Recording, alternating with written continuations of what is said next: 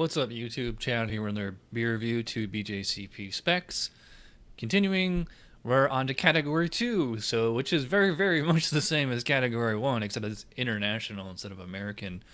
2A International Pale Lager, which is a very broad umbrella style, although it is pretty similar to a 1B, which is American Pale Lager. So 2A International Pale Lager. Overall impression, a highly attenuated pale lager without strong flavors, typically well balanced and highly carbonated. Served cold, it is refreshing and thirst quenching. How that's different from a 1A or 1B, I can't tell you. So obviously we're doing Modelo Especial. I haven't had this beer in almost 8 years. Last time I reviewed this was like Christmas of 2009. Let's give it a whiff here. Start with aroma. Pretty much the same as the cores that I did recently.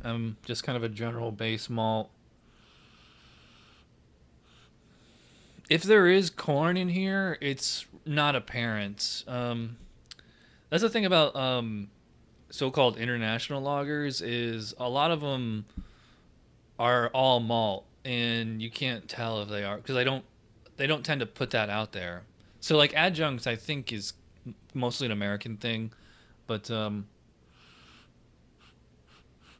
yeah. So I mean, it's just very basic malts, hops,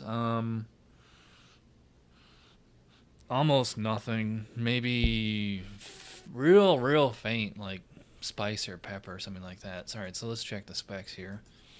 Aroma, low to medium low malt aroma. I agree with that. Very definitely low malt aroma, which can be grainy malty or lightly corny sweet.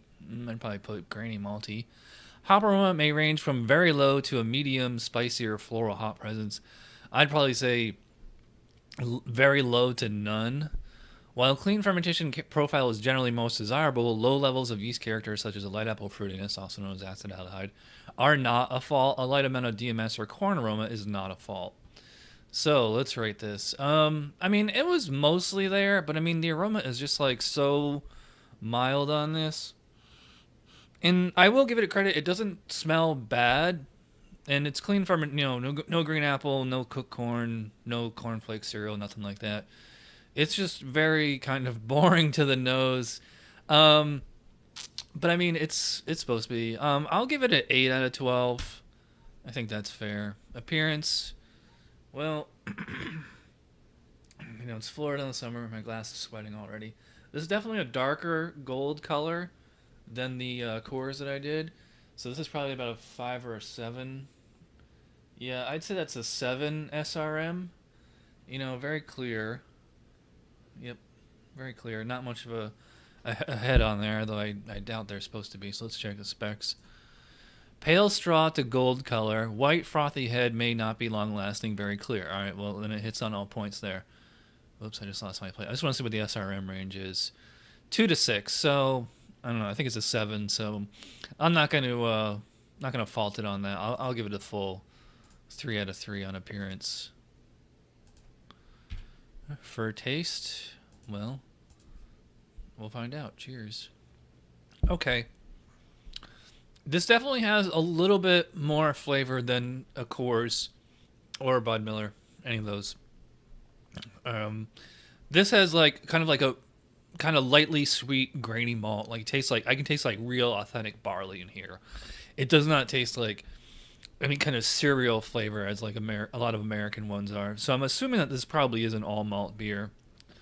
I mean, there's a slight sweetness in there. I'm wondering if they throw high fructose corn syrup in it or something like that. I would not go as far as to say there's anything toasty in there. If they're toasting the malt, it's like very, very lightly toasted. I think this is mostly just basically probably just a 2-row and like a scant amount of some kind of specialty grain, if that. As far as hops, very, very low hop on there. Again, kind of like the cores, just maybe just like the faintest little hint of some kind of spicy hop. Bitterness is very, very low on it. I mean, I can taste a little bit. I mean, it's quite dry. You know, finish is clean, dry aftertaste. So let's see what the specs say. Low to moderate levels of grainy malt flavor. I agree with that. Low, maybe medium low. With a crisp, dry, well attenuated finish. I agree with that. There's no residual sugar here. The grain character can be somewhat neutral or show a light, bready, crackery quality, or up to moderate, corny or malty sweetness. Okay, well, yeah, they said bready, crackery. Yeah, I mean, maybe like a little bit of cracker. Hop flavor ranges from none to medium levels, and often showing a floral, spicy, or herbal character detected. Yeah, I would say very, very low. Hop bitterness at medium low to medium level. Whether it says 18 to 25 for IBUs. I think this is probably closer to like a 12.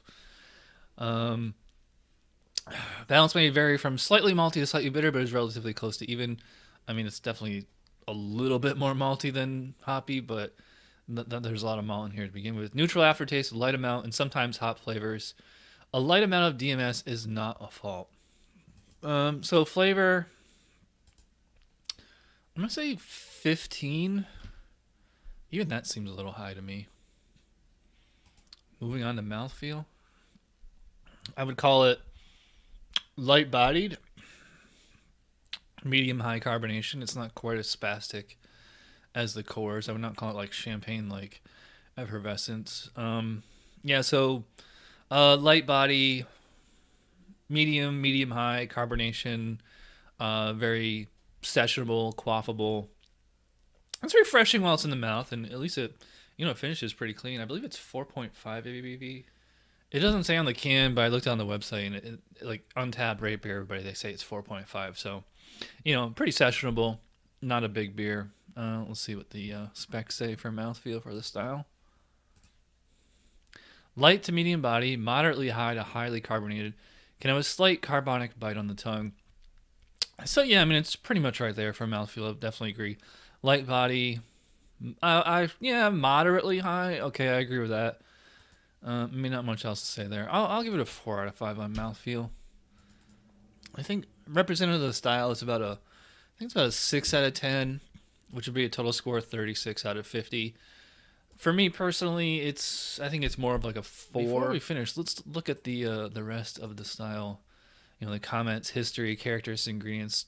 2 or 6-row barley, may use rice, corn, or sugar as adjuncts, or maybe all malt. I think this one probably is all malt, maybe some high fructose corn syrup in there. Generally more bitter and filling than American lager. I would agree with that. It's a little bit more filling. Less hoppy and bitter than a German Pils, clearly. Less body, malt flavor, and hop character than a Czech premium pale lager. I don't know why they changed it. Should be Czech Pilsner. More robust versions can approach the Munich Helles in flavor, although it's more of an adjunct quality. As you can see, the starting gravity is pretty low. The final gravity is pretty low. 4.6 to 6% ABV. Well, technically, this is a little under for the style, because this is 4.5. There you go. 36 out of 50 for Modelo Especial. Not bad, but definitely far from great. And pretty decent example of the style. So, that does it for this episode of Chad's Beer Reviews. Thanks for watching. Links to those books behind me and where to get the Spiegel glasses in the description below. I don't know why I'm holding both hands. All right, thanks for watching. I'll see you next time. Cheers.